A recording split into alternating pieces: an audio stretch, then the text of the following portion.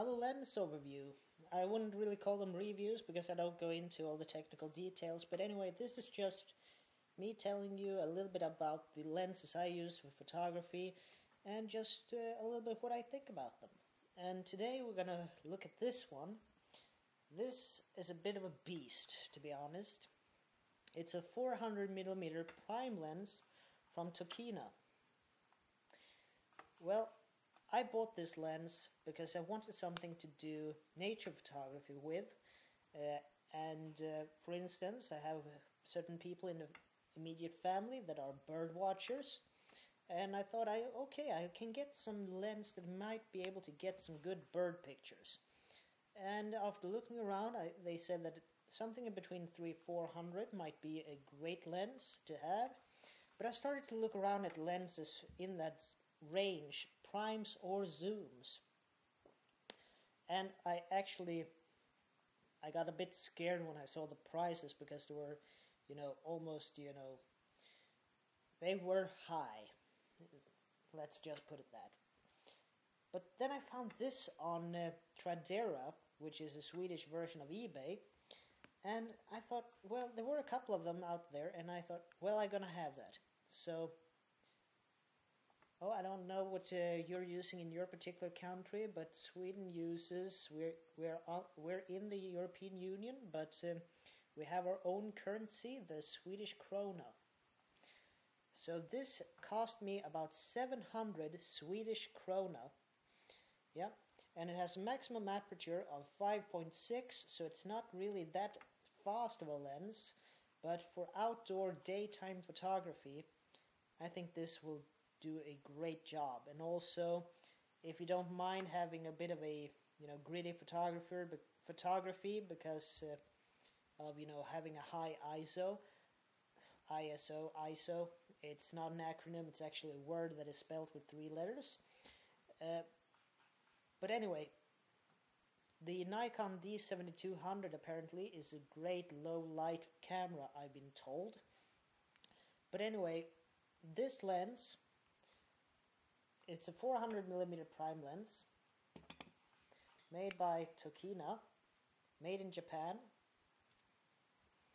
It's a fairly big, it's a 72mm wide front element. Let's see here, yeah.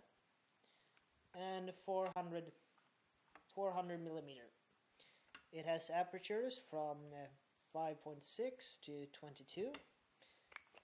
And as you can see back here, it's an analog lens. It doesn't have it's a completely manual prime lens. And people might be dissing on prime lenses and dissing on analog lenses, that old stuff, why are you going to use that old stuff? We have all of these new with the automatic vibration reduction and internal focusing motors, and well, to quote Larry Graham, famous bass player for Sly and the Family Stone, if you're into that sort of music, he said in one interview regarding his effects pedals, if something is old and good, it's antique. So if something's old, and something that is old doesn't have to be bad, it has to be old and good, then it's antique. This thing is antique. So if you have the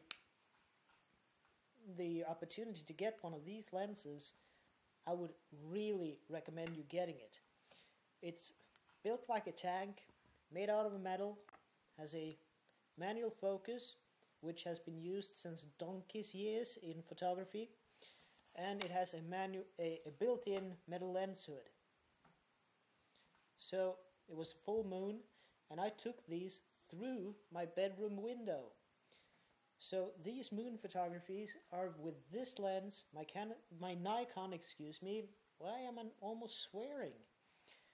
The Nikon D7200, and this lens pointed at the moon, and as you can see, it also has a swingable tripod mount, because this lens, it weighs a bit, it has a bit of heft to it, and so it's very beneficial to put this on a tripod and then you connect the camera to the lens. And I'll end with that, and I'll see you guys in the next video. So, the Tokina 400mm prime lens, recommended.